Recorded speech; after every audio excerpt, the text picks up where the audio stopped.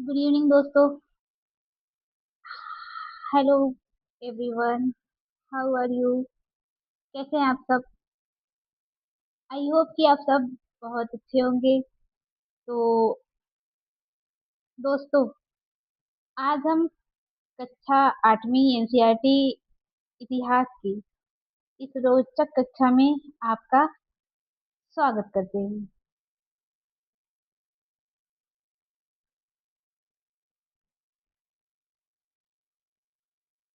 आज हम सामाजिक विज्ञान हमारे अतीत भाग 2 की बुक का अध्ययन करने जा रहे हैं। अब तक हमने भाग 1 का अध्ययन किया, जो कि फर्स्ट लेसन से लेके क्लास फर्स्ट लेसन से लेसन 6 तक था। आगे हमारे अतीत थर्ड के भाग 2 में ये लेसन 7 से स्टार्टिंग है। तो अध्याय 7 जो है, बुनकर लोहा बनाने वाले और फैक्ट्री मालिक, जिसमें ये आप विषय सूची देख सकते हैं कि अध्याय जो 7 है, बुनकर लोहा बनाने वाले और फैक्ट्री मालिक, आज हम इसी का अध्ययन करेंगे। और इसमें इस बुक में हमारा अतीत थर्ड के भाग 2 में 7 से लेके 12 तक, इसमें भी 6 अध्याय हैं। तो और ये भाग 1 की विषय सूची है, जो कि हम पढ़ चुके हैं, उपनिवेशवाद और शहर, जो कि हमने कल की कक्षा में पढ़ा था। आज हम पढ़ेंगे बुनकर लोहा बनाने वाले और फैक्ट्री मालिक। दोस्तों, क्या आपने कभी सोचा है कि भारत के प्रसिद्ध कपड़े, जिन्हें दुनिया भर में पसंद किया जाता था, अचानक विदेशी कपड़ों के सामने कमजोर क्यों पड़ गए? क्या कारण था कि हमारे कुशल बुनकर और लोहा बनाने वाले कारीगर धीरे धीरे अपने पारंपरिक व्यवसाय से दूर होते चले गए? और आखिर फैक्ट्रियों के आने से भारतीय उद्योगों पर क्या प्रभाव पड़ा? आज की कक्षा में हम जानेंगे कि अंग्रेजी शासन के दौरान भारत के पारंपरिक उद्योगों में कैसे बदलाव आए, मशीनों और फैक्ट्रियों का विकास कैसे हुआ, और इन परिवर्तनों ने लाखों कारीगरों तथा मजदूरों के जीवन को किस प्रकार प्रभावित किया। तो तैयार हो जाइए भारत के औद्योगिक इतिहास की एक महत्वपूर्ण यात्रा पर निकलने के लिए, जहां हम समझेंगे मेहनत, तकनीक और व्यापार ने समाज को किस प्रकार बदल दिया। चलिए बिना समय गवाए अध्याय की शुरुआत करते हैं।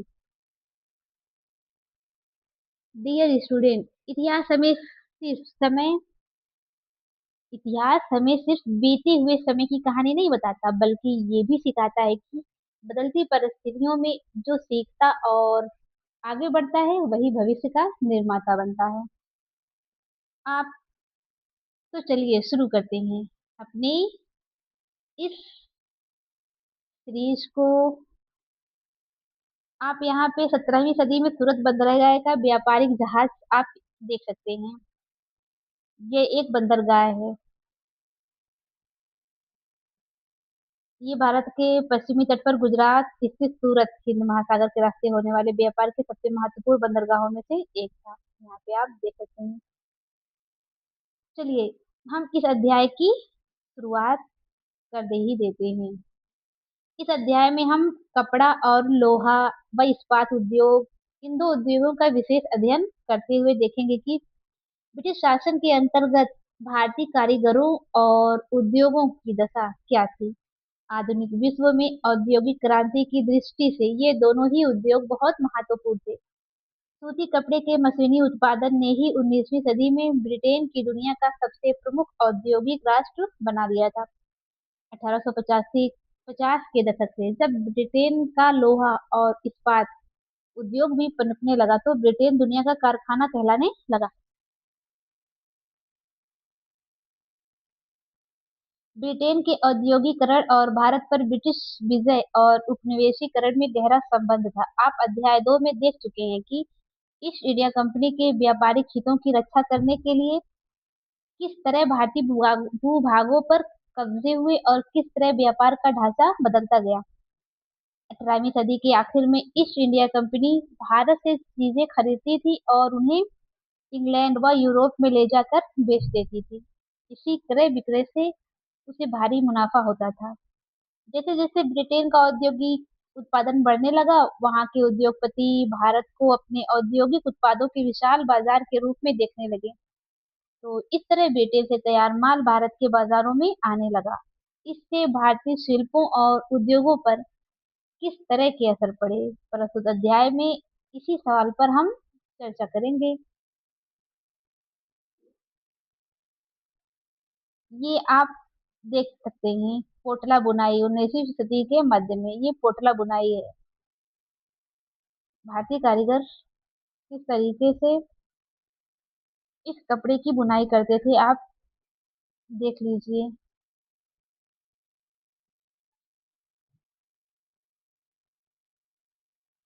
इसमें हाथी जैसी जानवरों की आकृति बनी हुई है, तोता है। ये पूरा एक, चलिए देखते हैं भारतीय कपड़े और विश्व बाजार। भारतीय कपड़े और विश्व बाजार, भारत के कपड़े का विश्व के बाजार में क्या महत्व था, आइए इसके बारे में हम अध्ययन करते हैं। आइए पहले कपड़ा उत्पादन पर नजर डालें। बंगाल पर अंग्रेजों की विजय से पहले 1750 के आसपास भारत पूरी दुनिया में कपड़ा उत्पादन के क्षेत्र में औरों से कोसों आगे था। भारतीय कपड़े लंबे समय से अपनी गुणवत्ता और बारीक कारीगरी के लिए दुनिया भर में मशहूर थे। दक्षिण पूर्वी एशिया, जावा, सुमात्रा और पेनांग तथा पश्चिमी एवं मध्य एशिया में इन कपड़ों का भारी व्यापार था।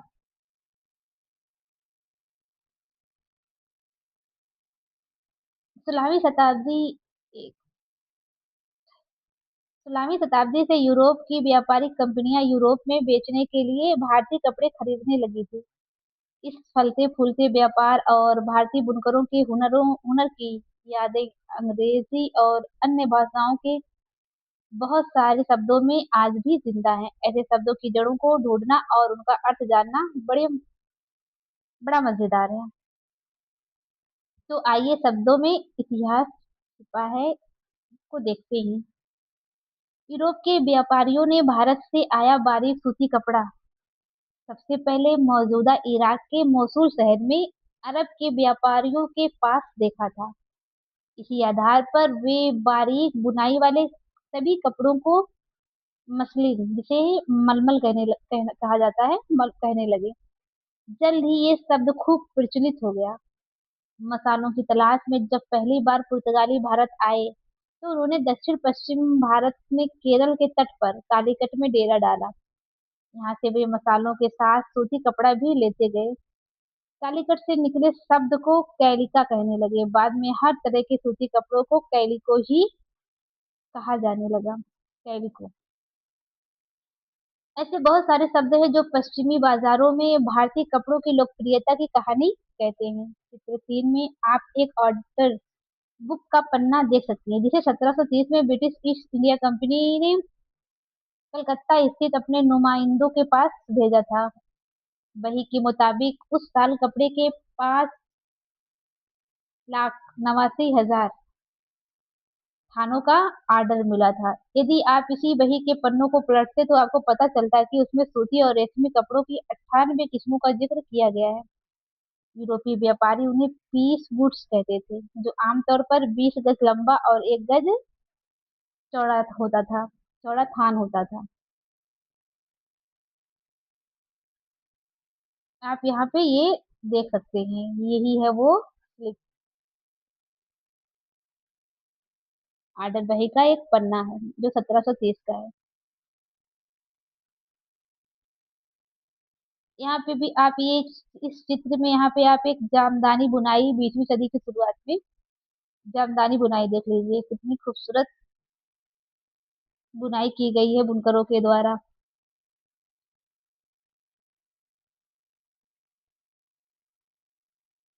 आइए अब इसी बही में दी गई विभिन्न किस्मों के नामों को देखें। थोक में जिन कपड़ों का ऑर्डर दिया गया था, उनमें छापेदार सूती कपड़े भी शामिल थे। उन्हें ये व्यापारी सिल्क कोसा या खस्ता और बंडाना कहते थे। क्या आप जानते हैं कि अंग्रेजों का सेंट शब्द कहाँ से आया है? जी हाँ, ये हिंदी के छोटे शब्द से निकला है। हमारे यहाँ छीट रंगीन फूल पत्तियों वाले छोटे छापे के कपड़ों को कहा जाता है। 1680 के दशक तक इंग्लैंड और यूरोप में छापेदार भारतीय सूती कपड़े की जबरदस्त मांग पैदा हो चुकी थी। आकर्षक फूल पत्तियों, बारीक रेशे और सस्ती कीमत की वजह से भारतीय कपड़ों का एक अलग ही रुतबा था। इंग्लैंड के रईस ही नहीं बल्कि खुद महारानी भी भारतीय कपड़ों से बने परिधान पहनती थी।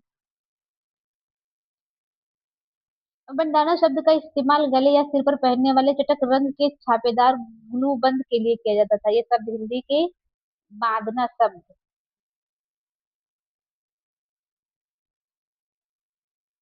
से निकला है।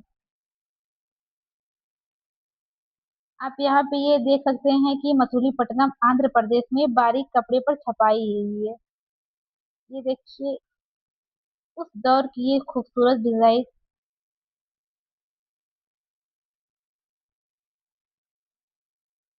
सोलहवीं 17वीं शताब्दी के मध्य की ये 17वीं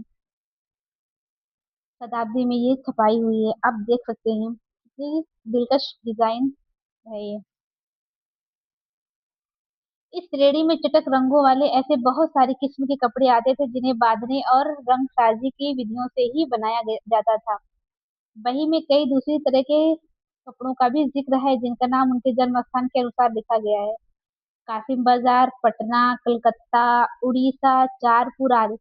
इन शब्दों के व्यापक प्रयोग से पता चलता है कि दुनिया के विभिन्न भागों में भारतीय कपड़े कितने मशहूर हो चुके थे।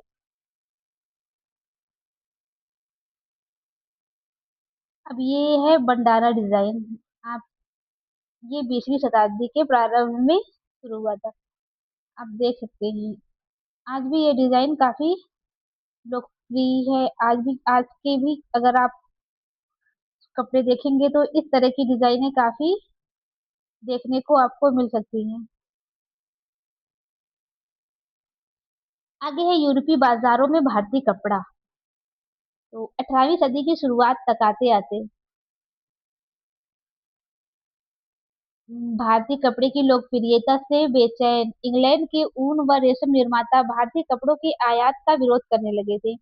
इसी दबाव के कारण 1720 में ब्रिटिश सरकार ने इंग्लैंड में छापेदार सूती कपड़े छीटे के इस्तेमाल पर पाबंदी लगाने के लिए एक कानून पारित कर दिया। संयोगवश इस कानून को भी कैलिको अधिनियम ही कहा जाता था। उस समय इंग्लैंड में नए नए कपड़े कारखाने खुल रहे थे। भारतीय कपड़े के सामने लाचार अंग्रेज कपड़ा उत्पादक अपने देश में भारतीय कपड़ों के प्रवेश पर पूरी पाबंदी चाहते थे ताकि पूरे इंग्लैंड में केवल उन्हीं का कपड़ा बिके। इस क्रम में इंग्लैंड की सरकार ने सबसे पहले कैलिको छपाई उद्योग को ही सरकारी संरक्षण में विकसित किया। अब सफेद मलमल या बिना माड़ वाले कोरे भारतीय कपड़े पर इंग्लैंड में ही भारतीय डिजाइन छापे जाने लगे। भारतीय कपड़ों के साथ इस होड़ की वजह से इंग्लैंड में तकनीकी सुधारों की जरूरत दिखाई देने लगी थी। और 1764 में जॉन के ने स्पिनिंग जेनी का आविष्कार किया जिससे परंपरागत तकलीफियों तकलियों की उत्पादकता काफी बढ़ गई। 1786 में रिचर्ड आर्कराइट ने वास्प इंजन का आविष्कार किया जिसने सूती कपड़े की बुनाई को क्रांतिकारी रूप से बदल दिया। अब बहुत सारा कपड़ा बेहद कम कीमत पर तैयार किया जा सकता था। इसके बावजूद दुनिया के बाजारों पर भारतीय कपड़ों का दबदबा 18वीं सदी के आखिर तक बना रहा। डच, फ्रेंच, ब्रिटिश और अन्य यूरोपीय व्यापारिक कंपनियों ने इस व्यापार से बेहिसाब मुनाफा कमाया और ये कंपनियां भारत आकर चांदी के बदले सूती और रेशमी कपड़े खरीदती थी। परंतु जैसा कि आप जानते हैं जब इंग्लिश ईस्ट इंडिया कंपनी को बंगाल की राजनीतिक सत्ता मिल गई तो उसे भारतीय चीजें खरीदने के लिए चांदी मंगाने की जरूरत नहीं रही। इसके बाद तो ईस्ट इंडिया कंपनी भारत में ही किसानों और जमींदारों से राजस्व इकट्ठा करके उसे उस पैसे से कपड़ा खरीदने लगी। आप यहाँ पे देख सकते हैं ये एक बंदरगाह है।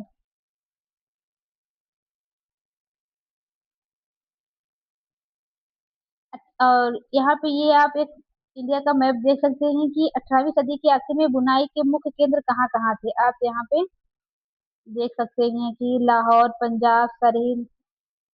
तो पहले उस समय इंडिया जो था, पाकिस्तान जो था इंडिया का ही हिस्सा था, इसलिए इंडिया के मैप में पाकिस्तान को भी यहाँ पे कवर किया गया है। पाकिस्तान और बांग्लादेश को। बांग्लादेश इधर है, ये पाकिस्तान है। ठीक है। आप यहाँ पे देख सकते हैं ये सब बुनाई के मुख्य केंद्र यहाँ यहाँ थे। ढाका हो गया, पटना हो गया, बनारस, बिहार, बंगाल, कलकत्ता, उड़ीसा।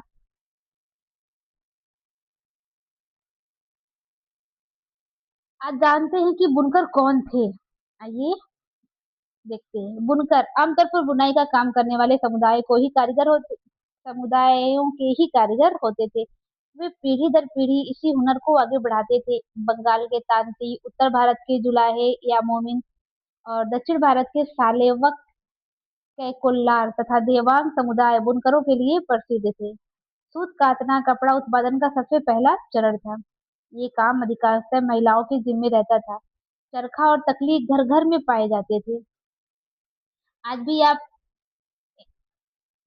देख सकते हैं चरखा और तकली आज भी मिलती है। बस कुछ ज्यादा से ज्यादा डिजिटल हो गया है, लेकिन चरखा तकली कुछ घरों में आज भी आप देख सकते हैं जहाँ पे ये बुनाई का काम होता है।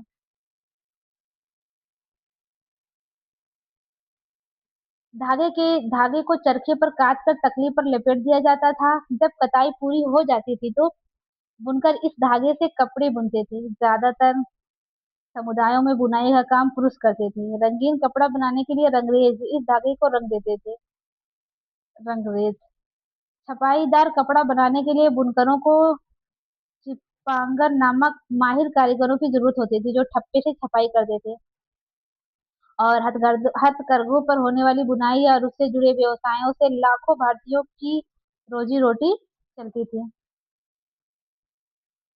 कैसे हुआ भारतीय कपड़े का पतन? भारतीय कपड़े का पतन कैसे हुआ देखते हैं कि ब्रिटेन में सूती कपड़ा उद्योग के विकास से भारतीय कपड़ा उत्पादकों पर कई तरह के असर पड़े। पहला असर क्या था? अब भारतीय कपड़ों के को यूरोप और अमेरिका के बाजारों में ब्रिटिश उद्योगों में बने कपड़ों से मुकाबला करना पड़ता था।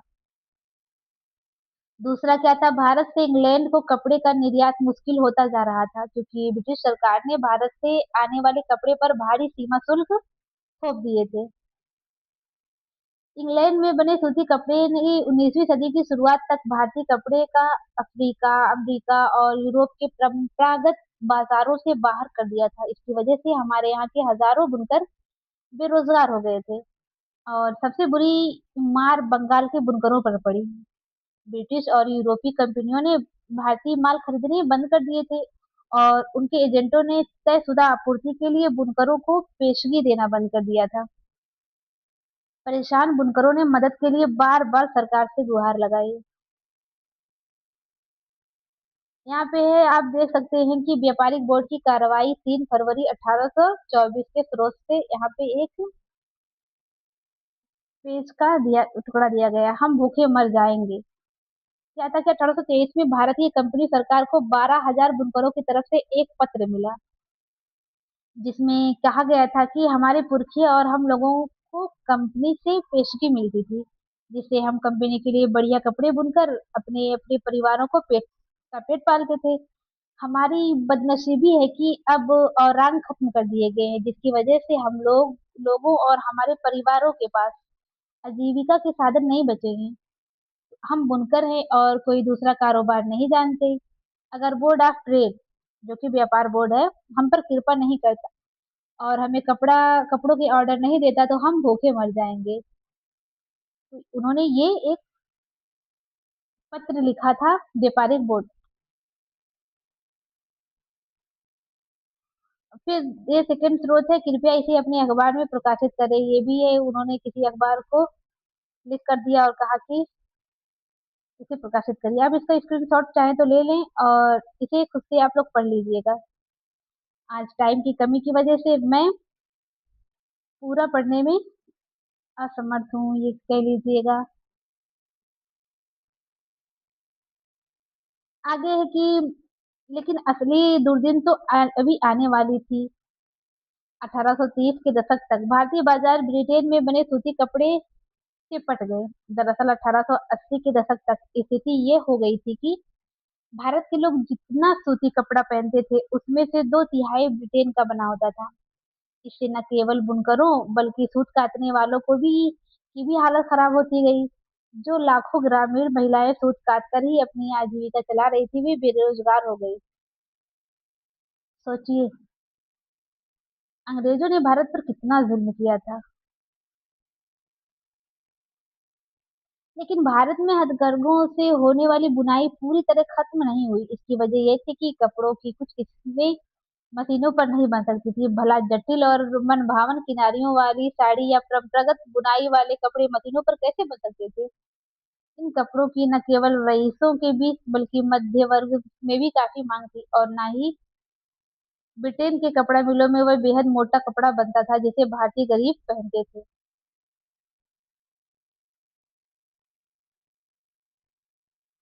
आपने पश्चिमी भारत में स्थित सोलापुर और दक्षिण भारत में स्थित मदुरा का जिक्र जरूर सुना होगा।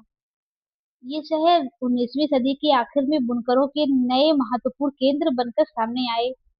बाद में राष्ट्रीय आंदोलन के दौरान महात्मा गांधी ने भी लोगों से आह्वान किया कि वे आयातित कपड़ों का बहिष्कार करें और हाथ से कते सूत और हाथ से बुने कपड़े ही पहने। इस तरह खादी राष्ट्रवाद का प्रतीक बनती चली गई। चरखा भारत की पहचान बन गया और 1921 में उसे भारतीय राष्ट्रीय कांग्रेस के तिरंगे झंडे के बीच वाली पट्टी में जगह दी गई। आइए देखें कि आजीविका के साधन गंवा चुके बुनकरों और सूत काटने वालों का क्या हुआ। उनमें से बहुत सारे तो खेतिहर मजदूर बन गए थे। कुछ काम की तलाश में शहरों की तरफ चले गए और बहुत से देश से बाहर अफ्रीका व दक्षिणी अमेरिका के बागानों में काम करने के लिए चले गए। इनमें से कुछ हथकरघा बुनकरों को बम्बई, जो कि अब मुंबई है, अहमदाबाद, सोलापुर, नागपुर और कानपुर में खुले नए कपड़ा कारखानों में नौकरी भी मिल गई। फिर हुआ सूती कपड़ा मिलों का उदय। कैसे हुआ? तो भारत में पहली सूती कपड़ा मिल 1854 में बम्बई में स्थापित हुई और ये कताई मिल थी। 19वीं सदी की शुरुआत से ही भारत से इंग्लैंड और चीन को होने वाले कच्चे कपास के निर्यात के लिए बम्बई एक महत्वपूर्ण बंदरगाह बन चुका था। बम्बई पश्चिमी भारत की काली मिट्टी वाली उस विशाल पट्टी से काफी निकट था जहां कपास की खेती की जाती थी। जब वहां सूती कपड़ा मिलों की स्थापना हुई तो उन्हें कच्चा माल आसानी से मिलने लगा। आप यहाँ देख सकते हैं कि एक कपास कारखाने में काम करती मजदूर महिलाएं। ये सन 1900 के लगभग राजा दीनदयाल द्वारा लिया गया चित्र है। इसके द्वारा राजा दीनदयाल द्वारा। यहाँ पे क्या हो रहा है? कटाई हो रही है कपास की और इससे धागा बनाया जाएगा और उस धागे से क्या कपड़ा बुना जाता है। आप यहाँ पे देख सकते हैं कि इसमें सिर्फ महिलाएं ही हैं क्योंकि बुनकर विभाग में ज्यादातर महिलाएं ही होती थी। ये बुनकर नहीं, कताई कताई विभाग में क्या होती थी? ज्यादातर महिलाएं होती थी और बुनकर विभाग में पुरुष पुरुष बुनाई करते थे और महिलाएं कताई करती थी। आप यहाँ पे चित्र में देख सकते हैं।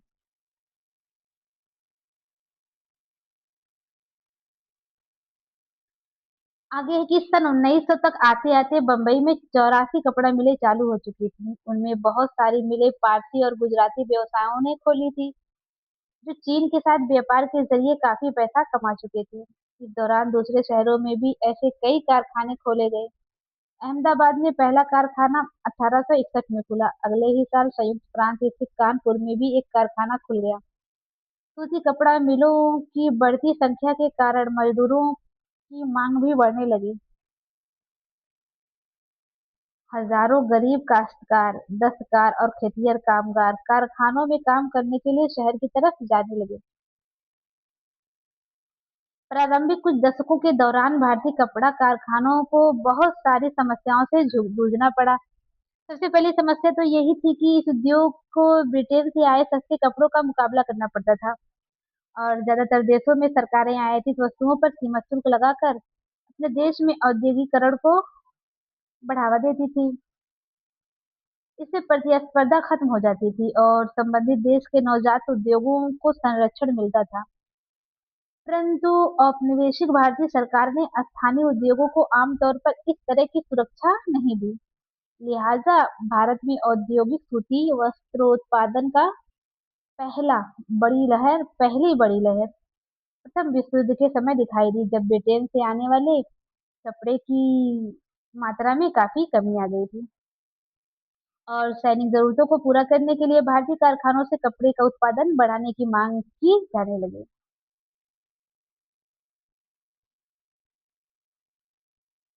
ये आप देख सकते हैं टीपू सुल्तान की ये तलवार है। इस पे देख लीजिए, अरबी में लिखा हुआ भी है। टीपू सुल्तान की तलवार और उर्स स्टील, ये किसकी बनी है? उर्स स्टील की। तो देखते हैं कि भारतीय इस्पात और लौह धातु कला की कहानी हम टीपू सुल्तान के एक मशहूर किस्से से शुरू करते हैं।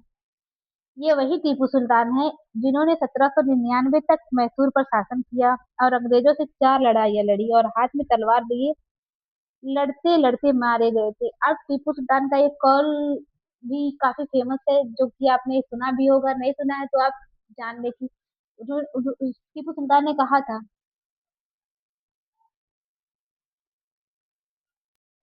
गीदड़ के 100 साल जीने से अच्छा है कि शेर का एक ही दिन जिए, शेर की तरह जिए।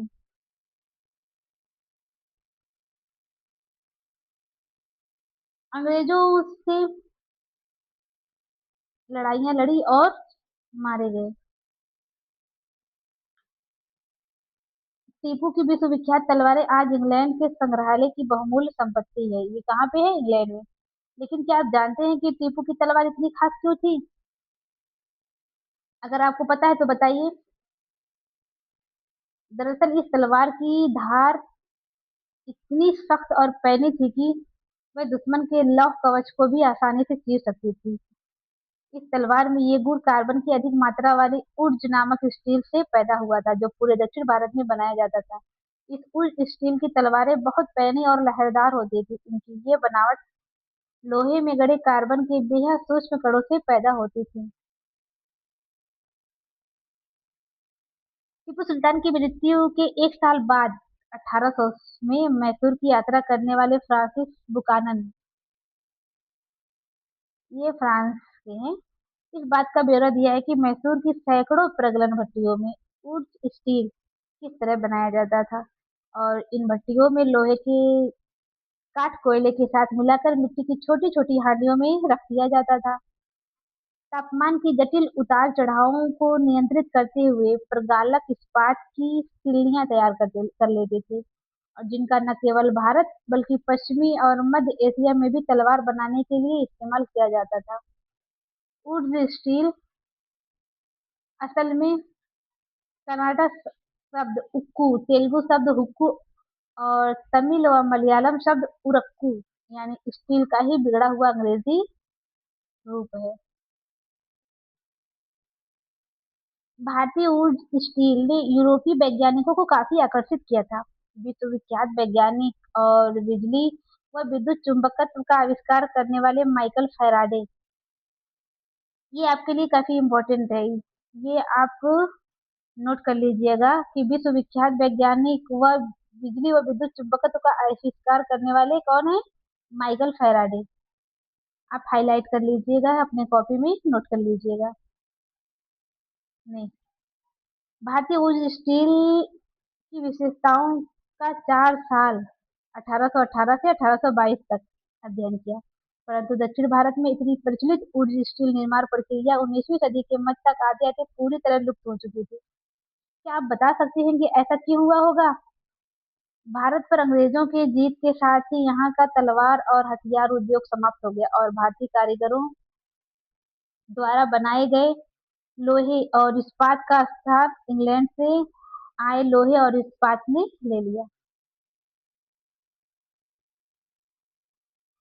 गांव की उजड़ी भट्टियां कैसे कैसे गांव की भट्टियां उजड़ गई। ऊर्ट स्टील उत्पादन के लिए लोहे के परिशोधन की बेहद परिष्कृत तकनीक जरूरी थी, परंतु भारत में 19वीं सदी के अंत तक लोहे का प्रगलन एक सामान्य गतिविधि थी। खासतौर से बिहार और मध्य भारत के हर एक जिले में ऐसे प्रगल्भ कारीगर थे जो लोहा बनाने के लिए लौह अयस्क के स्थानीय भंडारों का इस्तेमाल करते थे।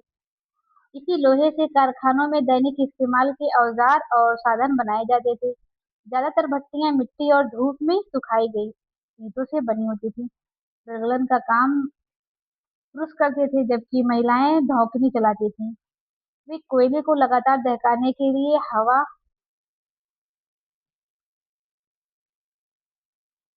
फेंकती रहती थी। 19वीं सदी के अंत तक आते आते लोहे के प्रगलन का हुनर खत्म होने लगा। ज्यादातर गांव में भट्टियां ठंडी पड़ चुकी और लोहे का उत्पादन गिरता जा रहा था। ऐसा क्यों हुआ होगा? तो इसकी एक वजह तो नए वन कानून ही थे, जिनके बारे में आप अध्याय 4 में पढ़ चुके हैं। जब औपनिवेशिक सरकार ने आरक्षित वनों में लोगों के प्रवेश पर पाबंदी लगा दी तो लोहा बनाने वालों को कोयले के लिए भला लकड़ी कहाँ से मिलती और लौ अयस्क भी वे कहाँ से ला सकते थे। वन कानूनों को नजरअंदाज करते हुए वे अक्सर चोरी छिपे जंगलों में जाकर लकड़ी इकट्ठा कर लेते, परंतु लंबे समय तक केवल इसी तरह अपना कारोबार जारी नहीं रख सकते थे। लिहाजा बहुत सारे कारीगरों ने ये पेशा छोड़ दिया और वे आजीविका के दूसरे साधन ढूंढने लगे। कुछ क्षेत्रों में सरकार ने जंगलों में आवाजाही की अनुमति दे दी थी, लेकिन प्रगल्भों को अपनी प्रत्येक भट्टी के लिए वन विभाग को बहुत भारी कर चुकाने पड़ते थे, जिससे उनकी आय गिर जाती थी। 19वीं सदी के आखिर तक ब्रिटेन और से लोहे और इस्पात का आयात भी होने लगा था और भारतीय लोहार भी घरेलू बर्तन व औजार आदि बनाने के लिए आयातित लोहे का इस्तेमाल करने लगे थे। इसकी वजह से स्थानीय प्रगल्भों द्वारा बनाए जा रहे लोहे की मांग कम होने लगी। 20वीं सदी की शुरुआत तक लोहा और इस्पात बनाने वाले कारीगरों के सामने एक नई चुनौती आ खड़ी हुई।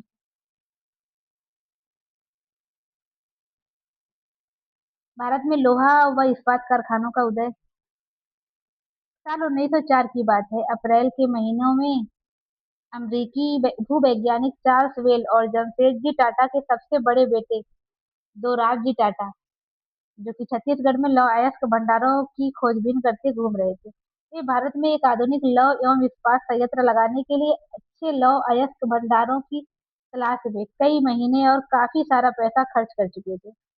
जमशेदजी टाटा भारत में बड़ा लौह एवं इस्पात कारखाना लगाने के लिए अपनी संपत्ति का बड़ा भाग खर्च करने को तैयार थे, लेकिन इसके लिए पहली शर्त ये थी कि उम्दा लौह अयस्क भंडारों का पता लगा लिया जाए।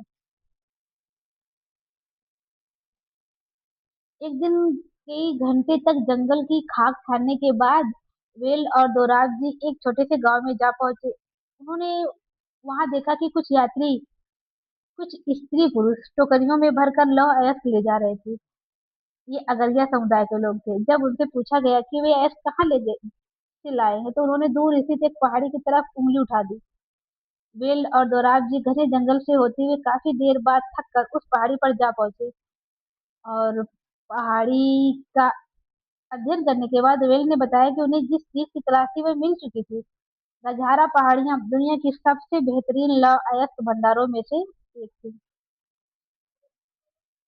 लेकिन यहाँ एक परेशानी थी। ये सूखा इलाका था और कारखाना चलाने के लिए आसपास कहीं पानी नहीं था। लिहाजा कारखाना लगाने के लिए सही जगह में के बारे में टाटा की तलाश जारी रही। अगरिया समुदाय के लोगों ने ही लौह अयस्क का एक और स्रोत ढूंढने में मदद की, जहां से बाद में भिलाई स्टील संयंत्र को अयस्क की आपूर्ति की गई। कुछ साल बाद सुबर्णरेखा नदी के तट पर बहुत सारा जंगल साफ करके फैक्ट्री और औद्योगिक शहर बसाने के लिए जगह बनाई गई। इस शहर को जमशेदपुर का नाम दिया गया। इस स्थान पर लौह अयस्क भंडारों के निकट ही पानी भी उपलब्ध था। यहाँ Tata iron and steel company, जिसे टिस्को, इसकी स्थापना हुई, जिसमें 1912 से स्टील का उत्पादन होने लगा। टिस्को की स्थापना बहुत सही समय पर हुई थी। 19वीं सदी में भारत आमतौर पर ब्रिटेन में बने स्टील का आयात कर रहा था, और भारत में रेलवे के विस्तार की वजह से ब्रिटेन में बनी पटरियों की यहाँ भारी मांग थी। काफी समय तक भारतीय रेलवे से जुड़े अंग्रेज विशेषज्ञ ये मानने को तैयार ही नहीं थे कि भारत में भी श्रेष्ठ इस्पात का निर्माण संभव है। जब एक मिनट जब टिस्को की स्थापना हुई, हालात बदलने लगे थे। 1914 में पहला विश्व युद्ध हुआ। ब्रिटेन में बनने वाले इस्पात को यूरोप में युद्ध संबंधी आवश्यकताओं को पूरा करने के लिए झोंक दिया गया। इस तरह भारत आने वाली ब्रिटिश स्टील की मात्रा में भारी गिरावट आई, और रेल की पटरियों के लिए भारतीय रेलवे टिस्को पर आश्रित हो गया।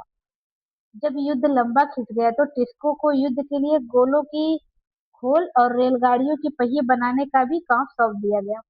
और 1919 तक स्थिति ये हो गई कि टिस्को में बनने वाले 90% इस्पात को औपनिवेशिक सरकार ही खरीद लेती थी।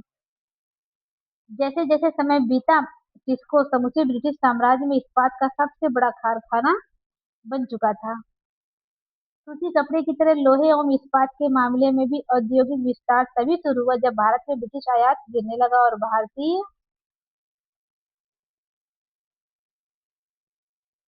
औद्योगिक वस्तुओं की मांग में इजाफा हुआ। ये बदलाव पहले विश्व युद्ध के दौरान और उसके बाद सामने आया। जैसे जैसे राष्ट्रीय आंदोलन विकसित हुआ, औद्योगिक वर्ग ताकतवर होता गया और सरकारी संरक्षण की मांग बुलंद होती गई।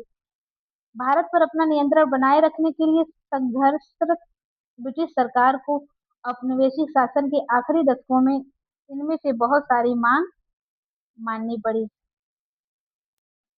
तो स्टूडेंट, आज हमने अध्याय बुनकर लोहा बनाने वाले और फैक्ट्री मालिक के माध्यम से